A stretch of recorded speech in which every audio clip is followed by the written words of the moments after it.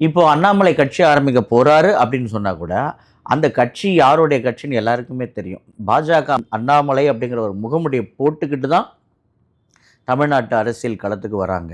ஏன்னா அண்ணாமலை ஒரு பாஜகவுடைய தமிழ்நாட்டு தலைவரா இருந்தவரு. அவரு பாஜகவுக்காக இறங்கி களமாடியவர். இப்போ திடீர்னு நான் வந்து பாஜக விட்டு வெளியேறுறேன். நான் வந்து தனி கட்சி ஆரம்பிக்கிறேன்னா, அப்ப என்ன பாஜகவுடைய கொள்கைகள் பிடிக்காம நீங்க தனி கட்சி ஆரம்பிக்கிறீங்களா? இல்ல பாஜகவுடைய இந்துத்துவ கொள்கையை எதிர்த்து என்னைக்காவது பேசியிருக்கிறீங்களா? இல்லையே.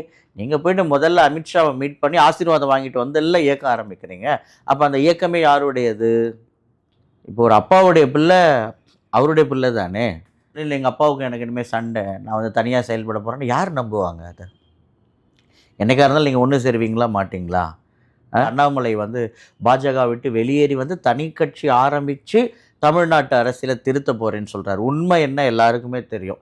பாஜகவால இனிமே தமிழ்நாட்டுல ஒரு காலமும் ஆட்சியே இல்ல. ஒரு 5 இடம் கூட ஜெயிக்க முடியாது அப்படிங்கிற நிலைமையை அது எட்டிடுச்சு. அதுதான் உண்மை. லாஸ்ட் எலெக்ஷன்ல ஒரே ஒரு இடத்துல மட்டும் தான் வின் பண்ணியிருக்கிறாங்க.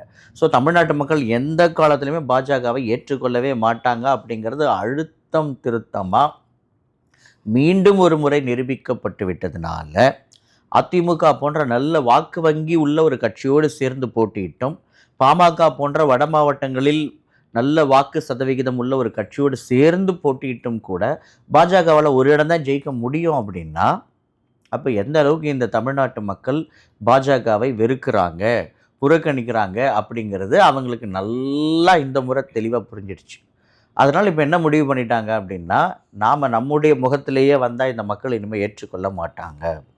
அதனால ஒரு மறு ஒண்ணு வச்சுக்கிட்டு, ஒரு ஒட்டுமீசை ஒண்ணு வச்சுக்கிட்டு, இந்த ஒரு படம், சுந்தர் சியோட படம். கலகலப்புன்னு ஒரு படம். அந்த படத்துல இளவரசு வந்துட்டு விதவிதமான கெட்டப்லாம் போட்டு சுத்திட்டு இருப்பாரு. அமிதாப் மாமாவுக்கு கோவம் வந்துருச்சு அப்படின்னு சொல்லுவார்ல, அந்த அமிதாப் மாமாவா பல கெட்டப்பில் சுற்றுவார். ஆனால் அத்தனை கெட்டப் போட்டு சுற்றியும் அவர் அடையாளம் கண்டுபிடிச்சிருவாங்க. ஏன்டா நான் இவ்வளோ கெட்டப் போட்டு சுற்றியுமே நீங்கள் என்ன அடையாளம் கண்டுபிடிக்கிறீங்களாடா, அந்த கெட்டப்புக்கு ஒரு மரியாதை இல்லாமல் போயிடுச்சுங்கிற மாதிரி. இப்போ வந்துட்டு அண்ணாமலை அப்படிங்கிற ஒரு மறு எடுத்து ஒட்டிக்கிட்டு பாஜக வந்து தமிழ்நாட்டில் ஒரு புதிய கட்சி ஆரம்பிக்க பார்க்குறாங்க. ஆனால் தமிழக மக்கள் வந்து ரொம்ப தெளிவானவர்கள், படித்தவர்கள்.